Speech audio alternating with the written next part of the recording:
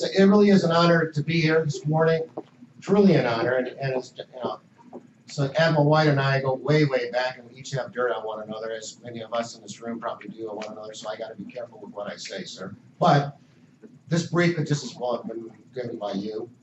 There was so much inspiration and leadership that helped drive and tee this up that I want to talk about, so thank you for all that you've done. I just want to say that we talked about Admiral Watkins just a few minutes ago.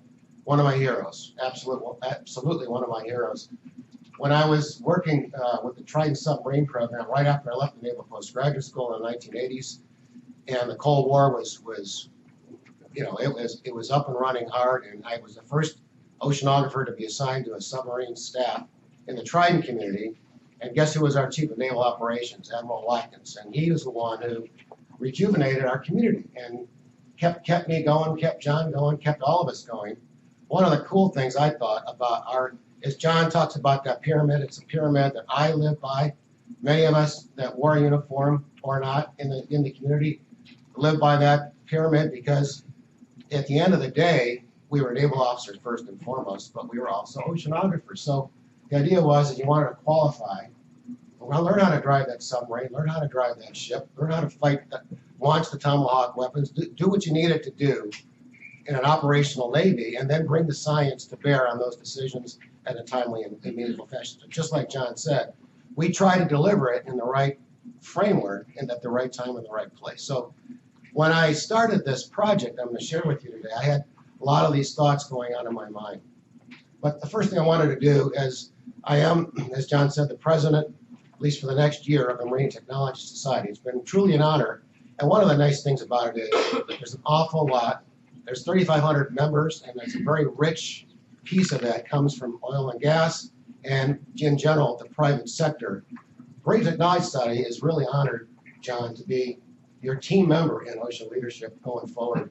I'll tell you that first and foremost. I want to introduce Chris Barron on my right, who is the executive director right down the street from where your office is.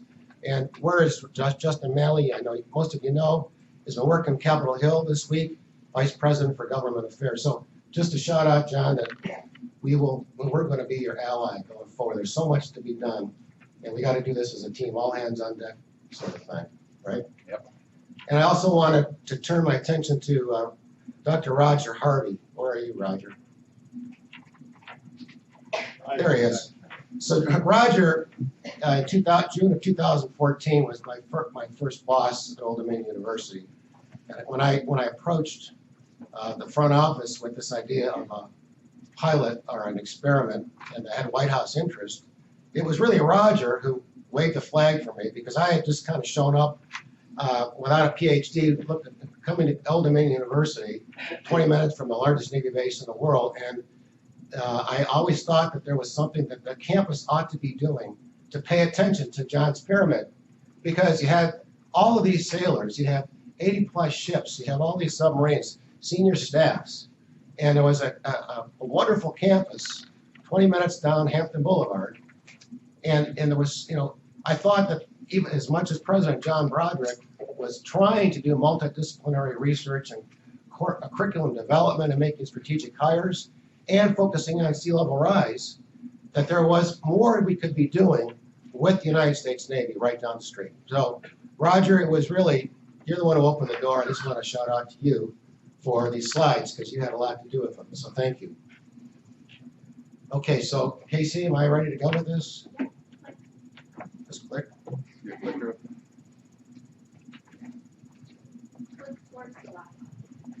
On the right button on the search there. Should be right there. There you go. Thank you. I didn't pass like John did. So what I want to share now with you is, over the last couple of years, we have been running at Old Dominion University as a convener this idea of a whole of government experiment or pilot. The White House set these up right after the president's executive order on climate change, right around 2013. Admiral John White at the time was chair of Task Force Climate Change. His colleague was Admiral Kevin Slates, who was in charge of the Navy's budget for installations. And around the same time, or prior to this, John had commissioned with its hat on Task Force Climate Change, commissioned the U.S. Army Corps of Engineers to conduct a study of Naval Base Norfolk. Now, we'd all been watching the sea level rise, but this study was commissioned by John, funded by John through CERTIP, to figure out exactly what it was that was, what could be done and what were some of the causes and what were some of the visuals. So this hit the streets right around the same time as this executive order came out. It stimulated a lot of interest in the region, but it also, since this executive order talked about climate change as a regional challenge, so, where you had to look at each of the regions of the United States, because everybody had their own challenges and priorities and solutions. So you couldn't just canvass the whole country and come up with a generic solution. So the idea was set up these pilots. So the White House set these up. I think we were the first, but there were 3 coming out of the White House, 1 in Houston, 1 in Colorado, and 1 in Hampton Roads. Subsequently, in October of 2014, the Department of Defense set up 3 more, actually 2 more, because they tagged ours as one of theirs, plus Michigan and Idaho. So 5, and then Florida was coming online in New Orleans. So there are others, but unofficially or officially, there were 5 of these pilots. So what I want to talk to you about today is ours in Hampton Roads, because what we were challenged to do is take this whole of government approach. And what does whole of government mean? Whole of government, if you Google it, goes back to President Obama in 2009, where he challenged other federal agencies to figure out ways and means by which pre-sequestration they could support the Department of Defense's mission. Well, that was the federal side of it. What we were challenged to do in the region is take a look at, on top of the federal agencies, what was the state doing and what were the municipalities going to do about this. So here's Hampton Roads. This comes from a map that was known as the Hampton Roads Military and Federal Facilities Alliance. It was set up by the municipalities to look at BRAC. When and if a BRAC was identified, what could we do to combat it? So on the right here is a Sewell's Point buoy or tide gauge. It's located right where my pointer is. It's been taking measurements for quite a long time. It's been measuring, these are curves that are showing how the seas have been rising. And the easiest way for me to show you this is to take your iPhone 5. Now this is a 6, but a 5. If you still have an iPhone 5 in your pocket, every 10 years, our seas by the basis of this buoy have been going up by the width of my phone. And so every 20 years, it goes up by the length of my phone.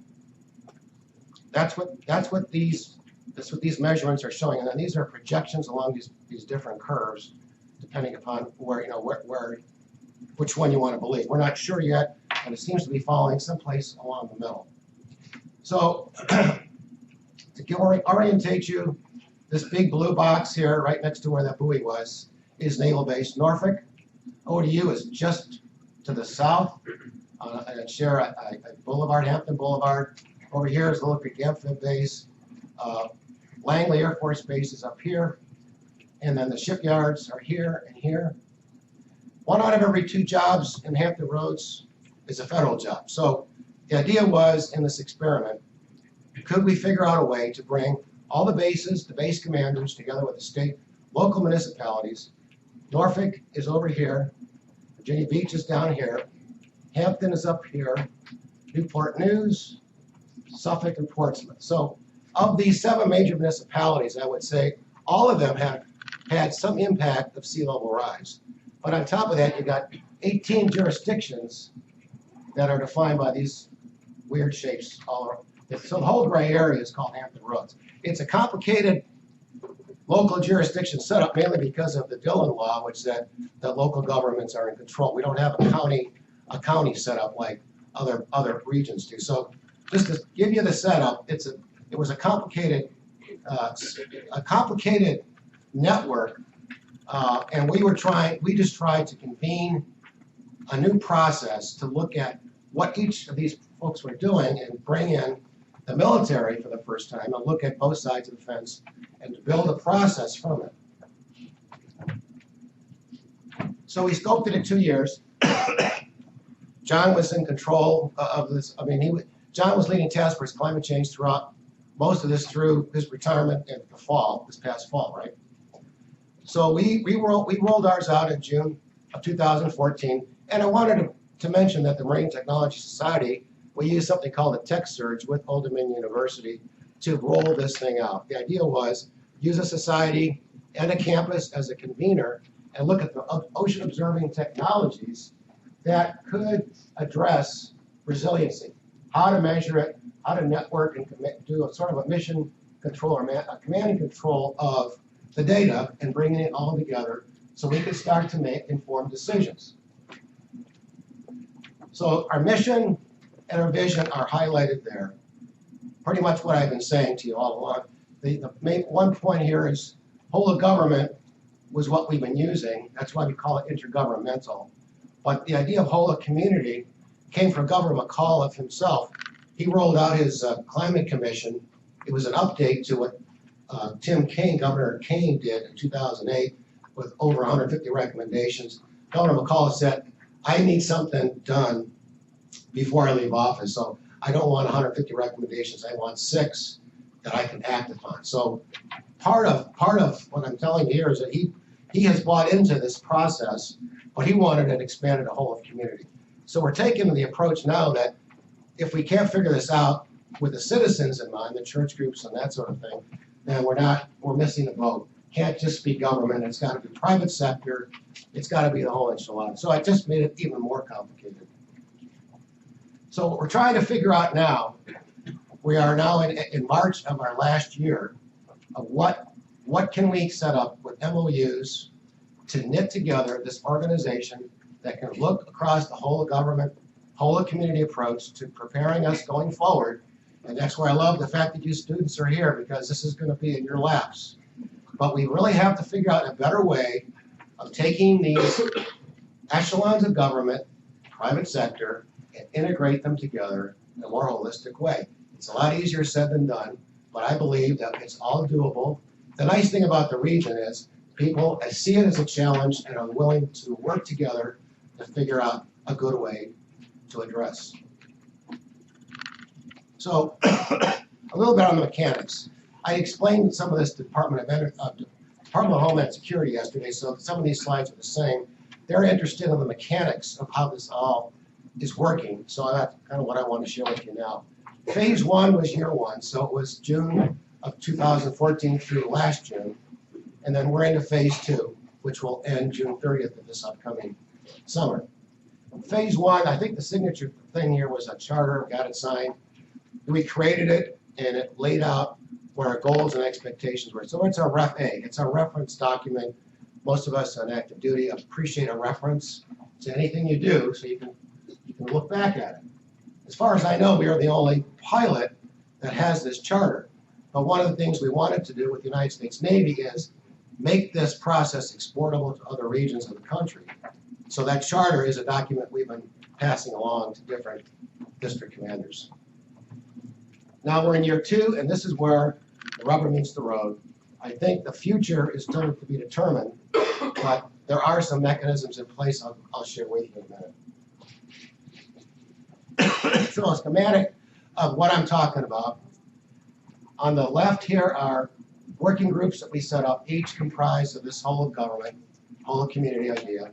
We've set up the lawyers work on a legal. They're the ones that develop the charter. These are folks from the state, local attorneys, state attorneys. The Navy JAG has participated here. The land use has been led by the Urban Land Institute, some of you know about. Infrastructure is being led by a retired Admiral Ann Phillips.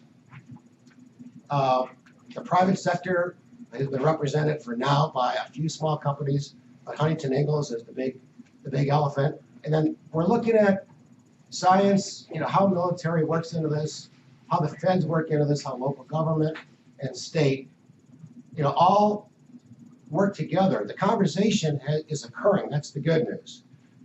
The challenge remains, how can we more effectively align programs?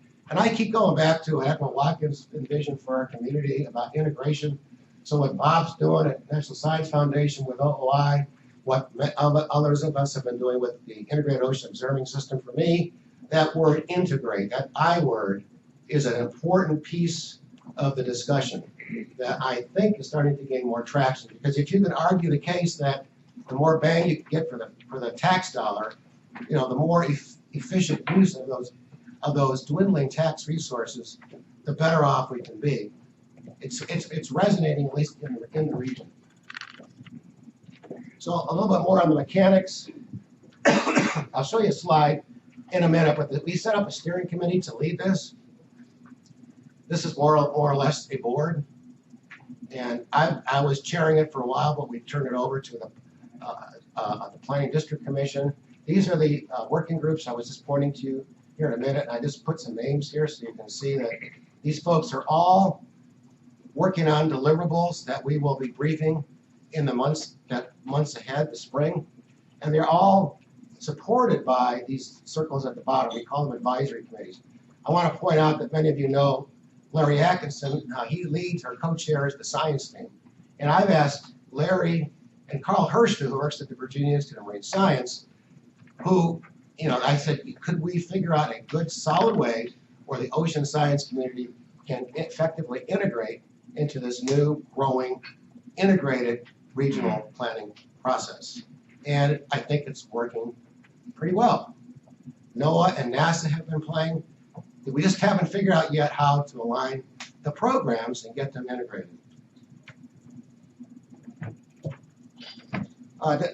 Sorry for the eye chart here, but just to show you that this is more than just, these are all folks that have committed to this up and down. I mean, you can probably, the biggest takeaway is probably looking at the column on the right as to their positions. This is the Planning District Commission Executive Director.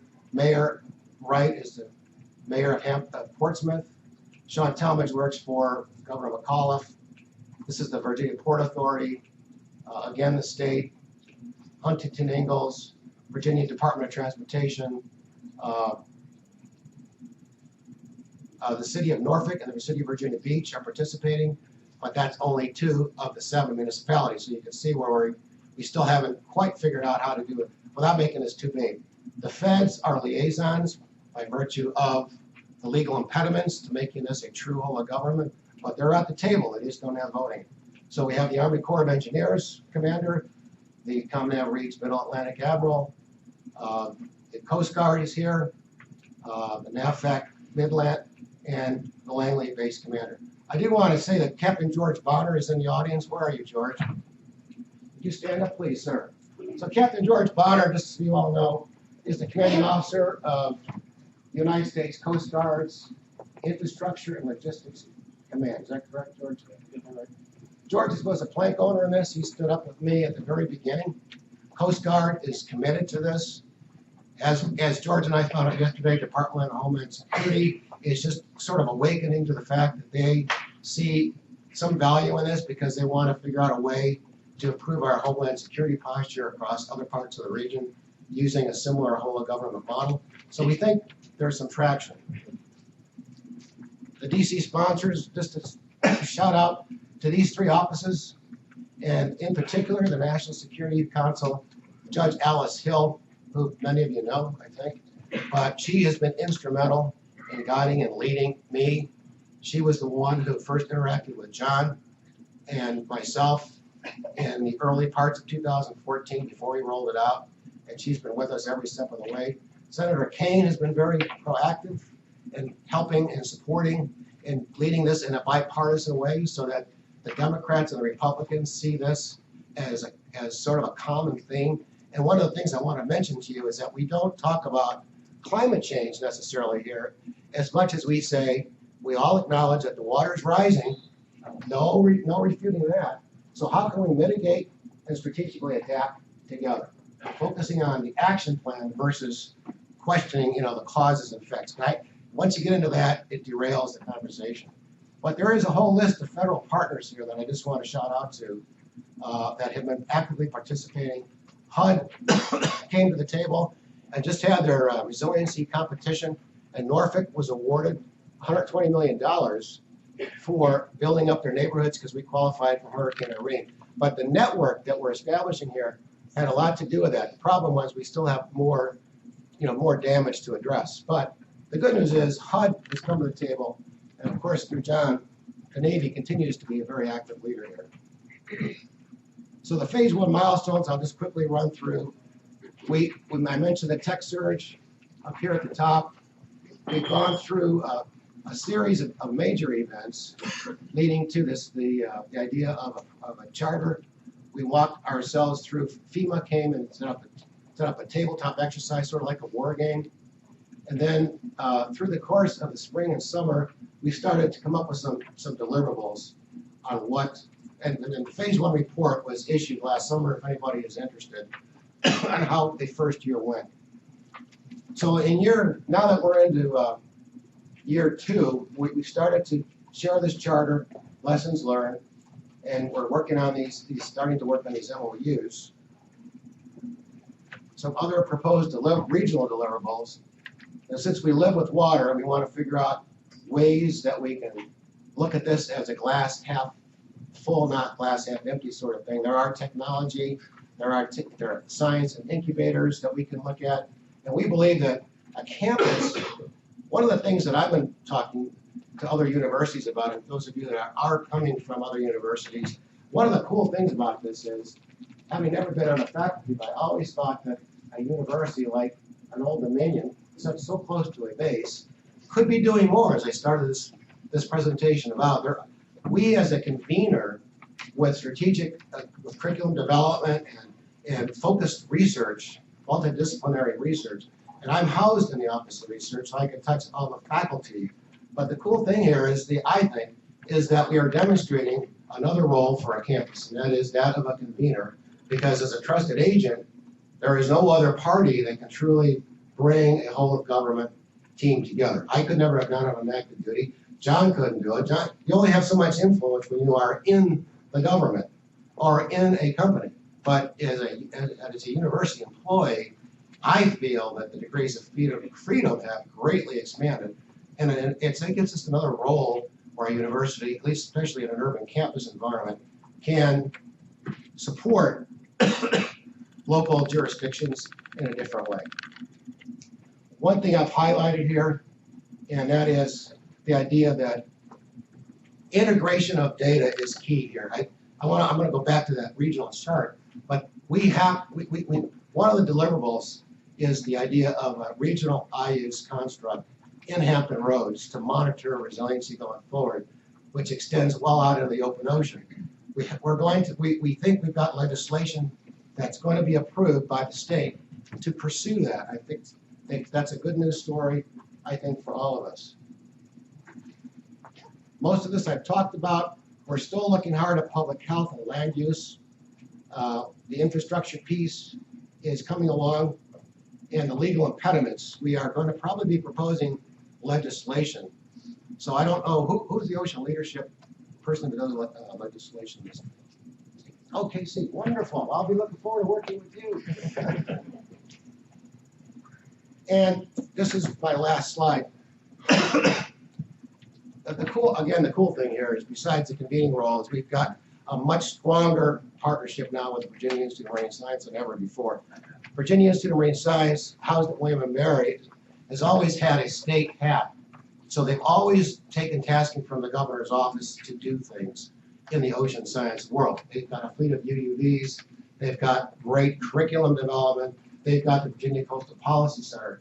It was clear to me when John first came to me with his challenge that there was no way that Old Dominion could do this on its own with all that talent up, an hour away from where I was working. So they have come to the table in a big way. We had the federal connections that they didn't. They had resources that Old Dominion didn't have. So when Governor McAuliffe, shortly after we began the pilot, rolled out his climate commission, I sat on that, and we were able to take those actions that I was talking about forward. This was one of those recommendations. If it hadn't been for the pilot, John, I'll tell you this. So this center, I think, will have legs. We have, Governor McAuliffe made it one of his recommendations. The General Assembly has put it into authorizing language. We are just waiting, we're standing by for the budget. And we think we're in good shape. Which means that we can, I think this bullet here is really a key one. We're still looking for some sort of federal designation that's a center of excellence for sea level rise or coastal resiliency. But my priority is, with VIMS, to establish a no-kidding network where all the sea level, all water gauges, tide gauges, land subsidence measurements will go to one website, and it will show where the water is rising, where the land is sinking, overlaying on that Hampton Roads regional plot I showed you earlier. That's my vision for this. VIMS is on board. I think it's a doable do. We just have to figure out ways to fund something like this. It's all a work in progress. Okay, Casey, do we have time for the Secretary of State? Yes. Okay. Where do I do that? Just right here? Oh. Here we go. So one of the cool things about all this is we've had a lot of attention, as you might imagine. Secretary of State came down just before Thanksgiving. It was the week before the Paris climate change talks, and he spent a good 50 minutes addressing on our Ted Constant Center basketball auditorium what his priorities were, what the administration's priorities were. He talked a fair amount about this work, about the whole government piece. One of the things I found out is that when the president made that challenge in 2009, he really hasn't had, I guess, one of these, an example of what it really means to implement something like this. The fact that we've been able to do it in the region, at least to the extent that we've been successful, he wanted to come down and tout it. So I'd like to share this with you.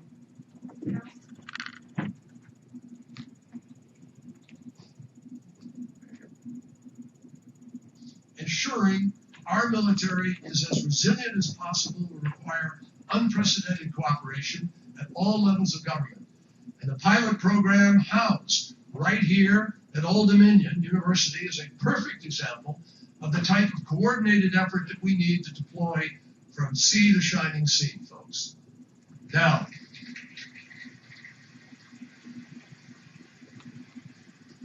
because the Hampton Roads area is particularly vulnerable to climate change, the Defense Department recognizes that the risks extend beyond our military facilities to the roads and bridges off base that are used by military commuters, as well as the water systems, the local airports, local schools, attended by military dependents and other state and local infrastructure. So an effective adaptation strategy cannot be developed and implemented by the federal government alone. It's going to require coordination with state and local leaders as well. That is the idea behind the pilot project that is run through ODU's Center for Sea Level Rise, developing a, quote, whole of government and whole of community approach to sea level rise preparedness and resilience planning. And this is going to help solve the significant challenges that Hampton Roads is facing, and can also be used as a template for communities facing similar challenges in other parts of the country. Cities and communities have to play a leading role in the global response to climate change. And I'm pleased to tell you a lot of them are.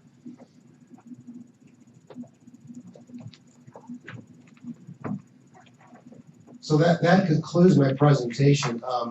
I appreciate the opportunity going forward. I think as we roll this thing out in the 4 months that remain, I will be up here quite a bit making a presentation more specifically about our deliverables and our recommendations and how all this is going to make together. I would love to be able to use the ocean leaderships and what you all are working on as part of my strategy of what this can mean across this the academic government space. The idea of integrating programs, aligning programs. Again, I come back to the integration of data, but I think there's a much stronger, what we used to call a private-public partnership paradigm going on here. I think the time is right. I don't see anything changing necessarily when the White House turns over, because the local politicians see this as a priority. Local businesses see this as a priority. The base in the Norfolk and all the base commanders I talk to every day are talking about this as a major challenge. So this is going to stay a priority in Hampton Roads. We're only 4.5 hours down the street. So looking forward to working with all of you in the months in year ahead. Thank you very much.